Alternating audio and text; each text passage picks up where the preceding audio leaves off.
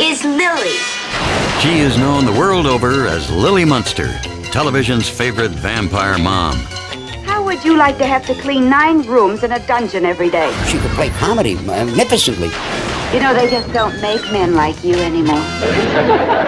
But hidden beneath the ghoulish makeup was one of the world's most exotic and voluptuous beauties. Thanks for taking an interest. She not only had a face, she had a whole lot of everything else that went with it. Throughout the 1940s and 50s, she mesmerized movie audiences in a series of sword and sandal pictures before starring opposite some of Hollywood's biggest heartthrobs. Off-screen, she had her pick of the most exciting and powerful men of her day. There are very few women that wouldn't have taken advantage of that, and she did. She had a zest for life. I don't know what else I could possibly do for you, Carlo. I would describe her as a woman that knows what she wants and gets it.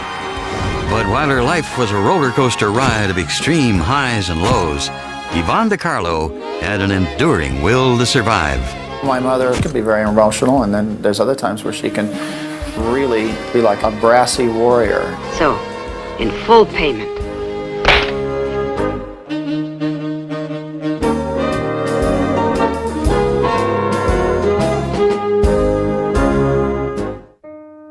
In 1922, the growing city of Vancouver, Canada, was recovering from a post-war depression and celebrating the repeal of Prohibition. It was here on September 1st that 19-year-old Marie de Carlo Middleton gave birth to a daughter named Margaret Yvonne. It was a hard birth. Marie was screaming, and she said, "I want a girl, and I want her to be a dancer." And then she said, "If it's a boy, drown it." Margaret's mother had run away from home at the age of 16 to become a ballerina. But after 2 years as a shop girl, she married William Middleton, a handsome, charismatic con artist. He was involved in flim-flam schemes, things like selling phonographs and speakers that were supposedly wireless that weren't. Peggy, as she was soon nicknamed, was only a toddler when her father beat a hasty departure just one step ahead of the law, never to be seen again. With her hard-drinking mother often away with boyfriends, the little girl was left in the care of her grandparents. Her grandmother, who was Presbyterian and very prim and proper, and then on the other hand there was Marie, her mother, who liked to have a good time. So she was brought up in a dual atmosphere, one of a grandmother who's very pristine in many ways, very conservative, very moral, and then her own mother, who was defying all those standards. Peggy found security with her emotionally distant grandparents, but she desperately craved attention. The pretty child had inherited her mother's lively personality, and when she entered grade school, she found that her powerful singing voice brought her the recognition she longed for. From a very young age, Peggy had a very full-bodied voice, and she went from singing at little things at the family table to doing little performances at school. Although Marie recognized Peggy's talent for singing, she had decided long ago that any daughter of hers would be a dancer. Yvonne really wanted to be a singer. She had a lovely voice, but her mother was focused on dancing because that's what she liked.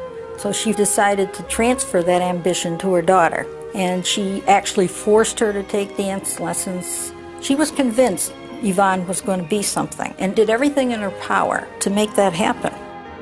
After several years of study with a local ballet teacher, Peggy was stunned when her mother announced that they were going to Hollywood, where opportunities for dancers were sure to be plentiful. But Los Angeles was not the land of broad beaches and palm trees Peggy had imagined.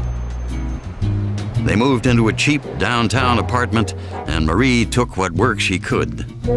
Marie would get a job, since she wasn't trained to anything, usually as a waitress, but being very unconventional and disliking schedules and a good time was better than working, very often she'd lose her job. Peggy enrolled at LeConte Junior High and began daily ballet lessons at the Fanchon and Marco School of Dance. But within months, she was uprooted once again when her visa expired.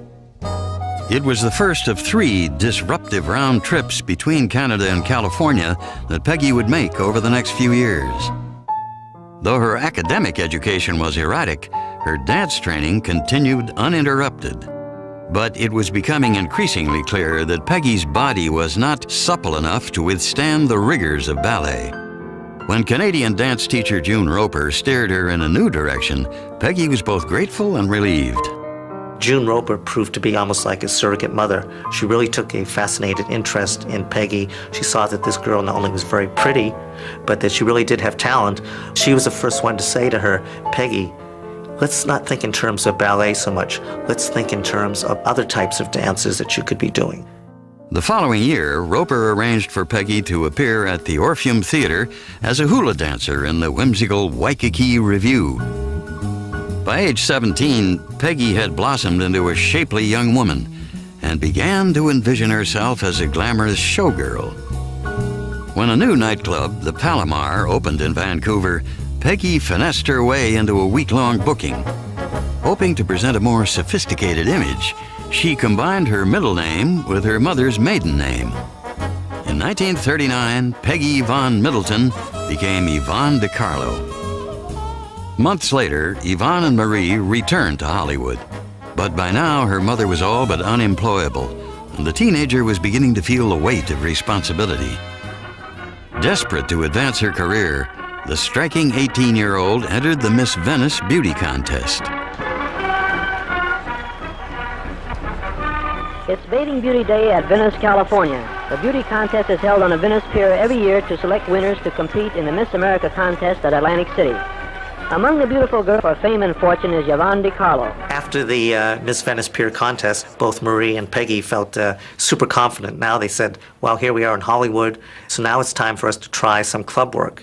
So one of the first places they tried, which was one of the more prominent clubs, was Earl Carroll's club. But when she refused to allow Mr. Carroll to examine her bare breasts, as he did with all his auditioning performers, Yvonne and her mother walked out of the nightclub and headed down the block to another popular night spot, the Florentine Gardens.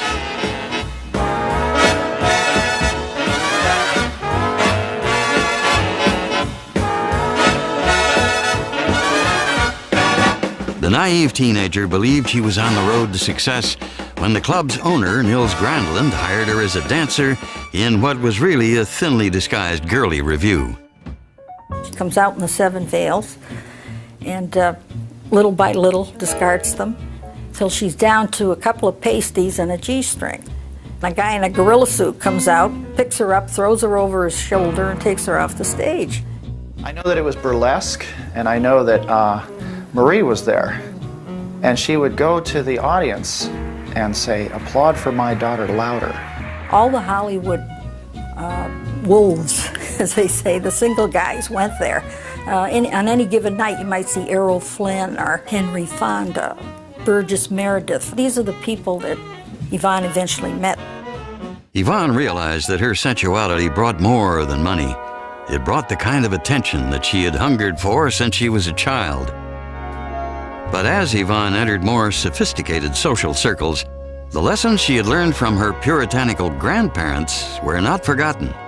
She was kept innocent, if you can believe this, because her grandparents were very austere people, and so she was preached to. They were very strict with her. In 1940, Yvonne was proud to be featured in a musical short known as a soundie.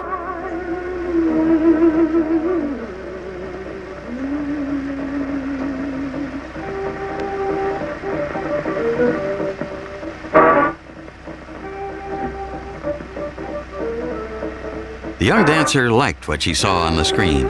Believing she had a shot at the major leagues, a glamorous lifestyle and big money, Yvonne de Carlo made up her mind to be a movie star.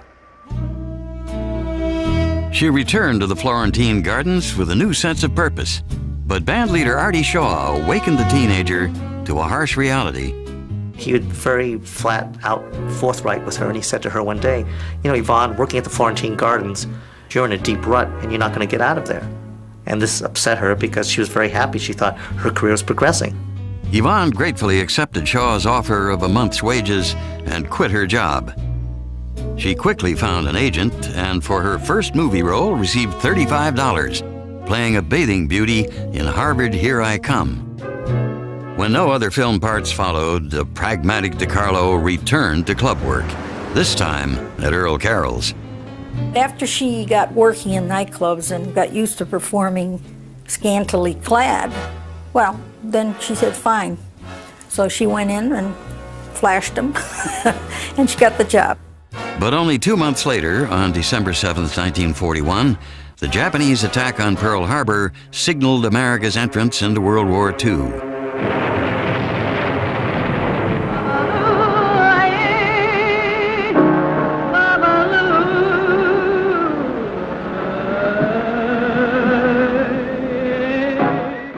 Yvonne joined Hollywood's biggest stars, performing in morale-boosting USO shows.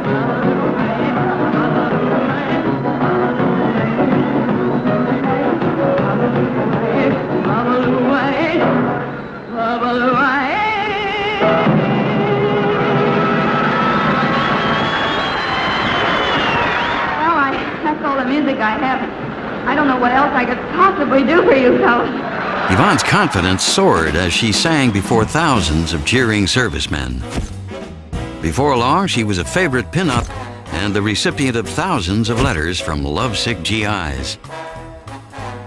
In 1942, executives at Paramount Pictures also took notice of the exotic beauty and cast her as Dorothy Lamour's handmaiden in The Road to Morocco, starring Bob Hope and Bing Crosby. That August, Yvonne de Carlo joined Paramount's roster of contract players, and the studio kept the ingenue busy with bit parts in a series of notable films.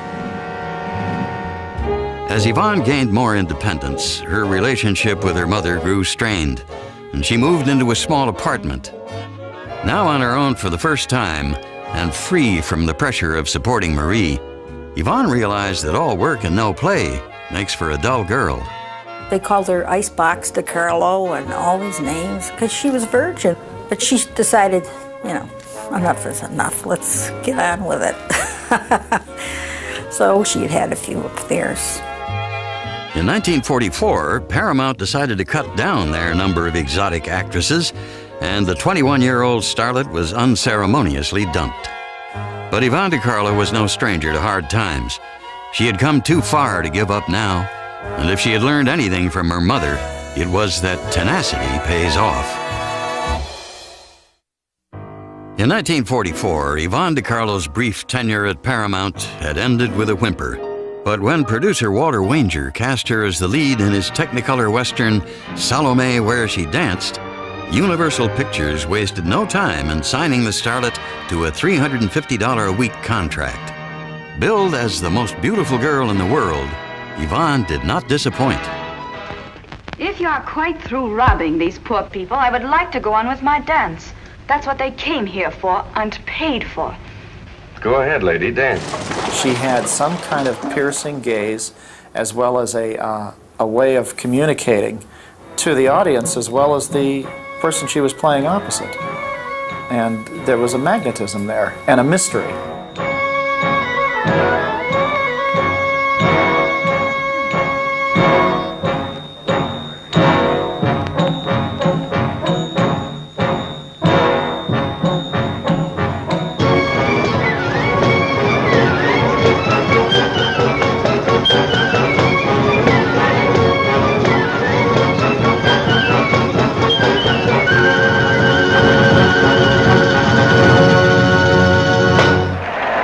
Salome Where She Danced was one of the year's biggest hits, and Yvonne became one of Universal's hottest properties.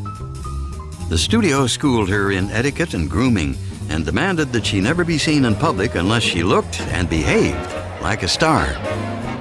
Yvonne was a star. She, by golly, was a star, and in those days, being a star was something very special. They were sort of coddled, and they were taken care of, and they were made into stars. Before long, the highly publicized actress caught the attention of dashing billionaire Howard Hughes, who began to actively pursue her. What she liked about Hughes, I think, was an air of mystery, intelligence, power. She made a mistake of falling in love with him, despite what her friends told her. This guy, I mean, that's all he does is collect women. He's not interested in marriage. And finally, one day, she got the gumption to ask him, "Are we going to get married, Howard?" He said no. And that was that. Unfazed, Yvonne spent a little time pondering her losses and set her sights on actor Robert Stack. She had an ideal man in her mind. Tall, blonde, blue-eyed, handsome, and he fitted the mold more than anybody she had met to that point. Naturally, my eye caught hers, and I thought to myself, wowee, she not only had a face, she had a whole lot of everything else that went with it. Before long, the two were an item, enjoying the dazzling Hollywood nightlife, as well as days spent outdoors, swimming, riding, and shooting. She was a combination of things. She could dress to the nines and look like a Grace Kelly, or she could slop around in old blue jeans and look like Annie Mae, you know. As a matter of fact, I gave Yvonne a gun. I gave her, it was a little Winchester pump, a little .22, and she was a good little shot. In 1947, Yvonne set the screen on fire with her seductive dancing in Song of Scheherazade. Why, that's fast. It sounds like a bee or something, buzzing around a bumblebee. Free, happy, not a care in the world. God had given her a whole lot of really good things, and it didn't take a genius with a camera to make her look like what she looked like. And also, she had a terrific figure, and you stick her in those desert pictures where she's wandering around and all the guys are drooling. But despite the compatibility she shared with Robert Stack, Yvonne was not content to be a one-man woman. By now, she was a glamorous sex symbol whose face was recognized the world over. And in 1948, DiCarlo became a member of the international set when she began dating His Royal Highness Prince Abdoreza Pahlavi of Iran. I would say she was a very emancipated woman, much more so than most of the other Hollywood actresses, because she dated quite a bit. If somebody is rich and famous at a party, the two of them would naturally gravitate because she was very pretty, so she could pick who she wanted. The on-again, off-again affair with Pahlavi, which spanned 5 years, was a confection of lavish spending, glamorous parties, and wild adventure. During this period, Yvonne made time to star in a series of popular films which required little of her acting ability. But in 1949, Yvonne found a role she could sink her teeth into when she was cast as Anna, a two-timing schemer, opposite Burt Lancaster in Crisscross. How did it happen? How did I get all mixed up? I didn't know, Anna. I didn't know. I'm scared. They're killers, killers. I can't even sleep. Look the way he treats me. This was the very first film that she was given a chance to do a dramatic part. And this was a departure from her normal kind of a picture. First of all, she looked entirely different. They lightened her hair. They gave her kind of a rough edge. You loved me. Love. You have to watch out for yourself. That's the way it is, I'm sorry. What do you want me to do, throw away all this money? Just don't know what kind of a world it is. Well, I'll know better next time. I'm sorry I can't be like you. I'm not like you. I wasn't born that way. Yes, you're right. I am different. I never wanted the money. I just wanted you. I'm sorry, I can't help it. I'm sorry. Crisscross was a success, and Yvonne received her first solid reviews as an actress. In her next project, The Gal Who Took the West, she not only walked away with the picture, but a new fiancé, handsome stuntman and actor Jock Mahoney. But this time, something was different. Yvonne could envision a future and a family with Mahoney. In 1949, the couple became engaged, and Yvonne was elated to discover that she was pregnant. But in her first trimester, she suffered a miscarriage and fell into a deep depression. Her relationship with Mahoney deteriorated, and when she caught Jock cheating on her with actress Margaret Field, Yvonne called off the engagement. The 27-year-old decided it was time to reevaluate her life and her career. After the success of Crisscross, she had expected better roles, but the studio was offering more of the standard fare. I think she was limited simply because that's the way the studio business worked. She could go in there and say, look, I want those Helen Hayes parts. And they say, honey, the money comes from what you're doing. Take your clothes off and show us, you know. So that's the way the studio business was then. In 1950, when Universal executives balked at Yvonne's demands for more challenging parts, she refused to renew her contract. Though her first films as a free agent were disappointments, In 1953, her luck changed when she was cast as Alec Guinness's Moroccan wife in the comedy The Captain's Paradise. She was playing opposite Alec Guinness, who was in no small measure a very good actor. He had reservations, though, about having a Hollywood glamour girl as a co-star. But interestingly, after they played the first couple of scenes, he actually hugged her and he said, "Oh, I'm so glad to find out that you're talented." I want to stay home nighttime sometimes, give you slippers. But you silly man, all you want to do is go drinking, dancing, swimming, making love. You make yourself absolutely ridiculous. Did you say I made myself ridiculous? Yes. He really enjoyed working with her. I mean, they had a couple of dance scenes. She had to teach him how to mambo, and he really came to respect her.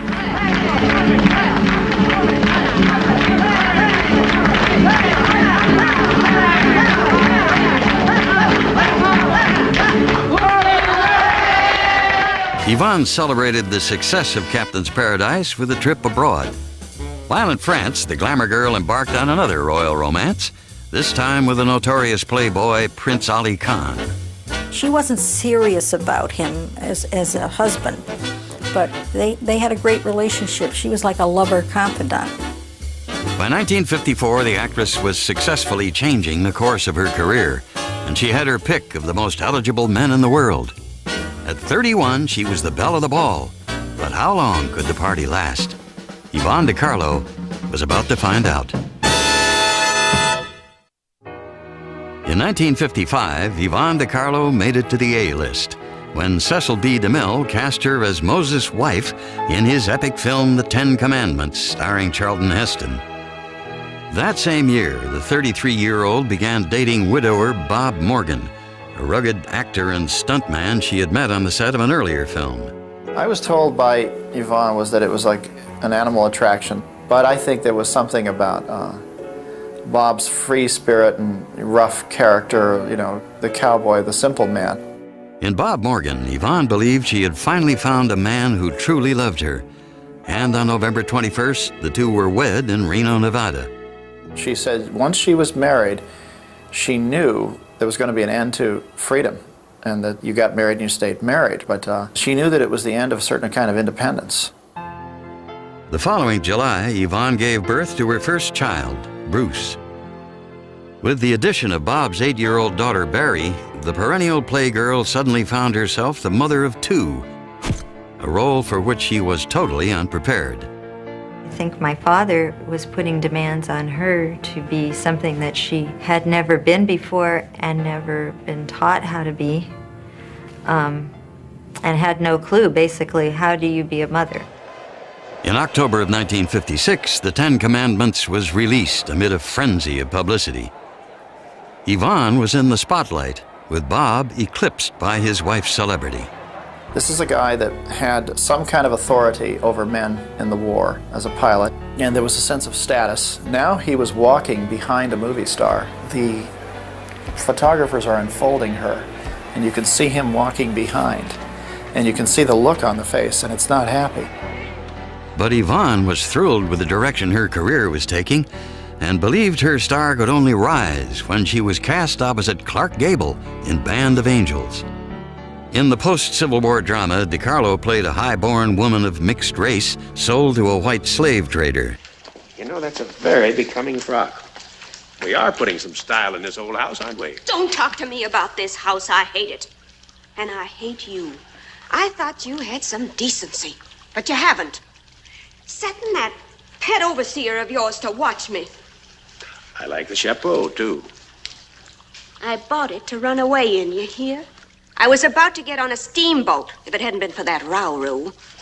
Well, this slave's not going to do you any good, massa, because I'm getting out of here come hell and brimstone, and you'll never see hide nor hair of me again. And you better tell that man to give you back your $5,000. Unfortunately, Band of Angels left many critics cold, and Yvonne returned to the type of B-list adventure films that had once been her bread and butter. But with the recent popularity of more sophisticated adult-themed pictures, DiCarlo's movies were beginning to seem passé. After the birth of a second son, Michael, in 1957, the Morgan household numbered 5, And with Bob's earning power far below that of his wife, money was tight. Over the next few years, the veteran actress worked non-stop. She appeared in nightclubs, released an album of popular songs, and guest starred in such television shows as Playhouse 90 and Adventures in Paradise. I guess I owe you something. So, in full payment. As I said, tough and funny. Hugo. Yes? If I didn't hate you, Yes? I'd love you. With her hectic schedule, Yvonne depended on her mother to help with the children. But still, she found it difficult to balance her career with the demands of motherhood. You don't apologize for being an actress that has kids. You do it, and you make the best of it. Here's the thing. Stage moms and star moms may be many things, but if a person tries their best, what more can you ask for? Yvonne was also struggling to maintain her relationship with Bob, which was beginning to show signs of strain. You know, he played golf a lot. I'm sure she wanted time with him. I think they both tried to control each other, and it just wasn't happening. It wasn't what you call a calm and serene household. He was a heavy drinker. He belonged to the John Wayne macho school, where you work hard all day, you go to the bar after work, and have some belts with the boys, and then you go home to the wife and kids. You know, years ago, alcoholism wasn't a disease to these people, and they fought a lot. In 1961, after 5 years of marriage, Yvonne was contemplating divorce. But all of that changed in one chilling moment when she received a phone call from Phoenix. Bob had been run over by a train while performing a stunt on the MGM film How the West Was Won. Terrified, Yvonne rushed to be by her husband's side. She was very upset, and she was very distraught, and she was crying, and she said, "Your father's in a very, very bad way," and I think she was really scared he was going to die. 3 flat cars run over him. In the hospital, he was patched up, died clinically 3 times, and they revived him. Facial crushing injuries, lost his left leg, back, coccyx vertebrae crushed. Yvonne helped Bob through months of additional surgery and the emotional adjustment to his artificial leg. She had some sense of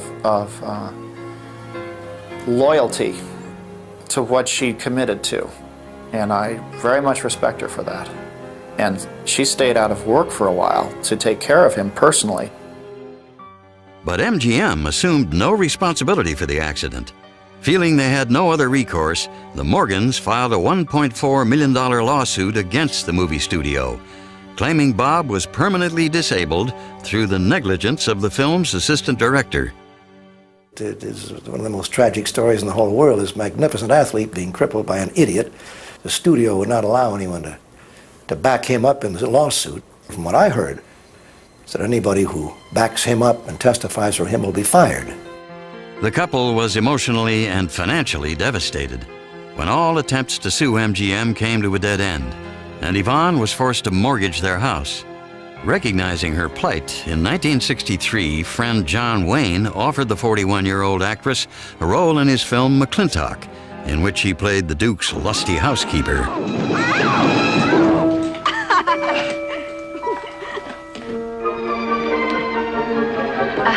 Mrs. McClintock, hope you won't misunderstand.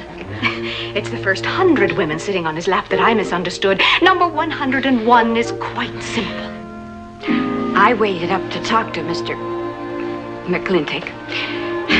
I wanted to tell him I was quitting. You see, Sheriff Lord has asked me to marry him, and... Oh, congratulations.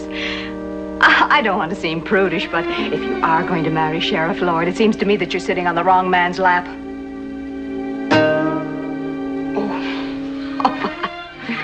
For Yvonne, Wayne's gesture of friendship offered only a momentary relief from her mounting medical and legal debts. The actress was at an all-time low, and there seemed to be no light on the horizon. But Yvonne Carlo's career was about to receive some supernatural assistance in the form of a beautiful vampire named Lily Munster. 1964 started out as a disastrous year for 41-year-old Yvonne de Carlo. Her film career had come to a halt, and after nearly 30 years of work, she was deeply in debt.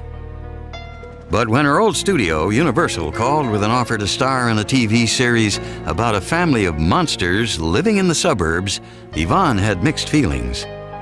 At first, she was embarrassed by the thought of doing it, but her agents and her bank book told her, go audition for this, you need the part, you need the money, it might lead to something. The Munsters debuted on September 24th, 1964, with Yvonne playing Lily Munster, a century-old vampire and matriarch of a ghoulish household. Also starring in the series were Fred Gwynne as Lily's Frankenstein-style husband, Al Lewis as Grandpa, her vampire father, Beverly Owen as the blonde, blue-eyed family misfit, and Butch Patrick as her werewolf son. Now, you be a good boy. See?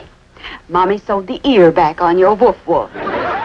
Fred and I heard that they had hired Yvonne de Carlo. Being from New York, we barged in. What do you mean? She can't, blah, blah, blah. And we were wrong. We were wrong, Fred and I, because she was marvelous in the show. The series was a monster hit, and when Pat Priest stepped into the role of Marilyn, the show's popularity only continued to grow. Yvonne brought a unique quality to the character of Lily, making her the perfect TV mom. I think of Yvonne as being kind of a vampire version of Donna Reed. Eddie, you should spend Saturday afternoons at home doing something more wholesome, like digging up bones in the backyard with Spot.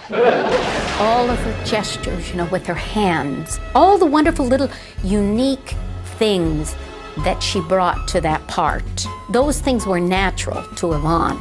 They're not to anyone else. Tut-tut, Mr. Brastoff. The star loved indulging in the broad comedy and lively banter that made the relationship between Herman and Lily Munster sparkle. Herman, what are you doing here? Oh, Lily.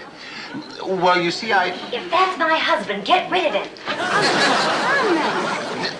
Lily, you may not believe this, but I'm Secret Agent 702. Herman, you may not believe this, but I'm Sonny Liston. Come on, Marilyn. To transform herself into the ashen-faced vampire, Yvonne shed her glamorous image and endured 3 hours in the makeup chair every morning before putting in a 12-hour workday. You know, that was pretty hard to shine through all that makeup that she wore. Not only did she have to have her face and her neck and out toward her shoulders made up, but her arms had to be made up because they were bare. You know, you'd get headaches just from the weight of all that hair. It was not easy.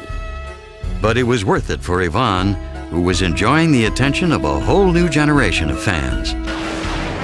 This you've got to see. The Munsters at Marineland. Munster mania was everywhere. There were Munster lunch boxes, hand puppets, and board games, personal appearances by the entire cast, and a customized Jaguar Mark X for Yvonne to drive around town. But just as the actress's career was returning to stable ground, the novelty of the Munsters began to wear thin.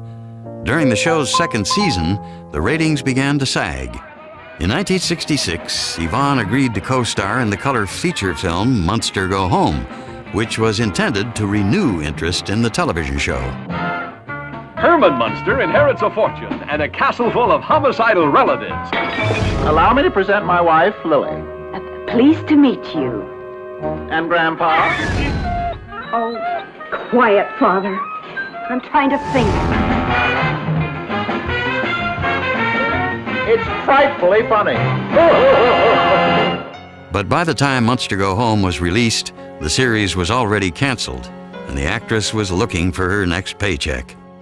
For Yvonne, the pressure to support her family was intense. I believe that Yvonne was like Atlas holding up the world in terms of financial support of other people. Holding up an entire family as she did was an amazing thing. I wish somebody could have come along and shaken her and said, don't support everyone and don't let anybody make you feel guilty about this or that. By now, Yvonne's relationship with Bob had become intolerable, and she needed an escape from the home that had become a battleground. Over the next few years, the actress kept busy by appearing in a series of low-budget films and traveling on the dinner theater and nightclub circuit. By cashing in on her movie star persona and still marketable name, Yvonne successfully managed to avoid the typecasting that plagued her Munster co-stars Fred Gwynne and Al Lewis. In 1971, she made her Broadway debut as Carlotta, a down-on-her-luck former showgirl in the Stephen Sondheim musical Follies. Good times and fun times, I've seen them all in my dear. I'm still here. Plush velvet sometimes, sometimes just pretzels and beer. But I'm here. I've run the gamut, A to Z. Reaches and damn it, say la vie. I got through all of last year, and I'm here. I'm Still Here became her anthem. And her singing of that song and being in Follies, where she got great reviews, became one of her great show business successes.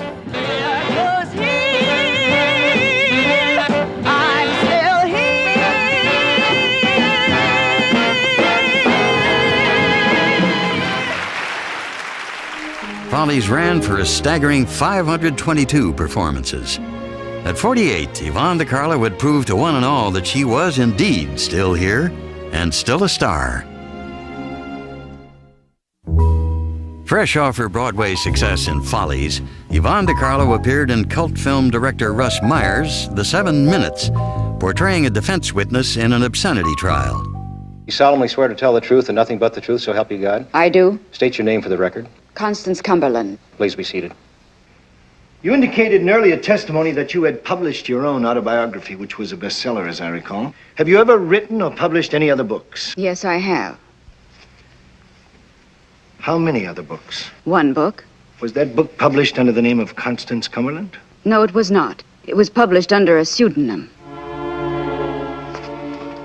Can you tell the court the title of that book and the pseudonym under which you wrote it? The book was The 7 Minutes by J.J. Jadway. I am J.J. Jadway. The film's reviews were merciless. However, New York Magazine proclaimed, "Only Yvonne DiCarlo emerges unscathed, playing the lovely older movie star she happens to be." Critics weren't the only ones to notice the actress's enduring beauty. Yvonne was being courted by a number of attractive men, and in 1974 she decided it was time to end the marriage that for years had been in name only.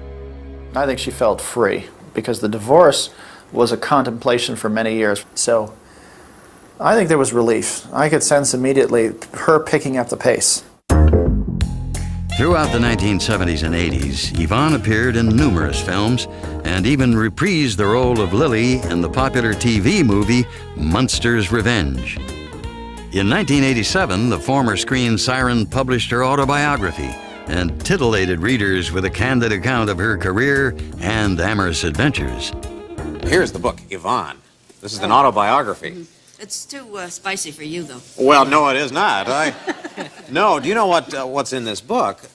There, you had, if I may say, liaisons with many famous men. Yes, Howard Hughes and Prince Ali Khan and Prince Abdurreza Well, see, oh, these are rich men that are... Oh, and then there was a couple of truck drivers in there, too. But 1993 marked the beginning of a downward spiral for the actress when her mother, with whom she had shared an emotionally trying relationship, succumbed to cancer. I think that it was very sad for her. Her mother was very important to her, even if there was friction between the two of them. Yvonne had distanced herself in order to be herself. That was tough. In 1997, Yvonne was inconsolable when her son Michael suddenly died at the age of 40. Michael lived close to her, so they saw each other a lot. They went out for dinner and they watched movies together. So in some ways, he was like her companion. But he started to get sick and started to have these seizures, and eventually he had a bad one. The following year, fate dealt Yvonne another blow when she suffered a stroke and was rushed to the hospital. This was at a time when you have 93, her mother passes on, 97, her son passes on, and so it was a very tough time. She was lucky. She had a 98% recovery. The resilient 76-year-old actress bounced back with her usual aplomb and returned to her home overlooking a golf course near Solvang, California. She keeps up correspondence and I think plans her re-entry into the business. And I want to see her do that because she's an old trooper. She's not going to, be happy sitting up on a golf course for a long time. Well, I'm not just going to sit around here and deteriorate. By the year 2000, the actress had become a beloved television icon as reruns of The Munsters continued to win over new generations of fans. I'd feel a lot better if I could hear a few explosions. But Yvonne de Carlo's beauty, unquenchable zest for life, and indomitable spirit are what made her truly unforgettable. She's appeared or starred in over 80 films. She's been a star on television, Broadway, and she's a survivor. And as the song says, she's still here. She was a young girl when she started out, and things were not all a bed of roses for her in the beginning, and I think that's what formed her and made her a formidable person. Lately I asked her, was it destiny, luck, or preparation, or what? And she would narrow her eyes and say they're all the same. I describe her as one of the most beautiful women on film, personally as someone who took the travails and difficulties of the most difficult job in the whole wide world and handled them with class.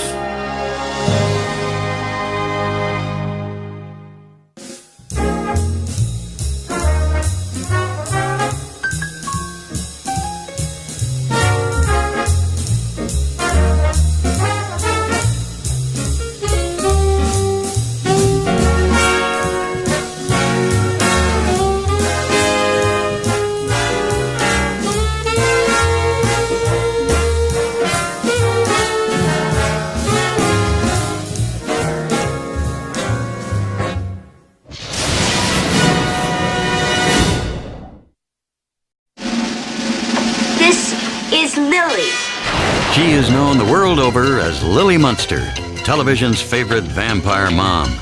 How would you like to have to clean 9 rooms in a dungeon every day? She could play comedy magnificently. You know, they just don't make men like you anymore. But hidden beneath the ghoulish makeup was one of the world's most exotic and voluptuous beauties. Thanks for taking an interest. She not only had a face, she had a whole lot of everything else that went with it. Throughout the 1940s and 50s, she mesmerized movie audiences in a series of sword and sandal pictures before starring opposite some of Hollywood's biggest heartthrobs. Off-screen, she had her pick of the most exciting and powerful men of her day. There are very few women that wouldn't have taken advantage of that, and she did. She had a zest for life. Gave birth to a daughter named Margaret Yvonne. It was a hard birth. Marie was screaming, and she said, I want a girl, and I want her to be a dancer. And then she said, if it's a boy, drown it. Margaret's mother had run away from home at the age of 16 to become a ballerina. But after 2 years as a shop girl, she married William Middleton, a handsome, charismatic con artist. He was involved in flim-flam schemes, things like selling phonographs and speakers that were supposedly wireless that weren't. Peggy, as she was soon nicknamed, was only a toddler when her father beat a hasty departure just one step ahead of the law, never to be seen again. With her hard-drinking mother often away with boyfriends, the little girl was left in the... I don't know what else I could possibly do for you, Helen. I would describe her as a woman that knows what she wants and gets it. But while her life was a roller coaster ride of extreme highs and lows, Yvonne de Carlo had an enduring will to survive. My mother can be very emotional, and then there's other times where she can really be like a brassy warrior. So, in full payment.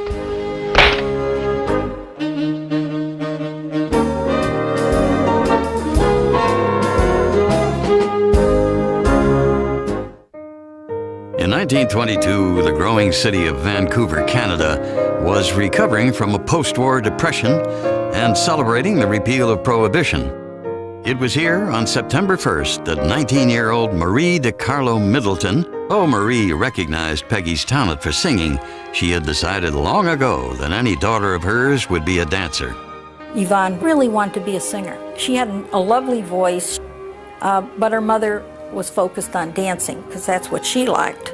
So she decided to transfer that ambition to her daughter, and she actually forced her to take dance lessons. She was convinced Yvonne was going to be something and did everything in her power to make that happen. After several years of study with a local ballet teacher, Peggy was stunned when her mother announced that they were going to Hollywood, where opportunities for dancers were sure to be plentiful. But Los Angeles was not the land of broad beaches and palm trees Peggy had imagined. They moved into a cheap downtown apartment care of her grandparents.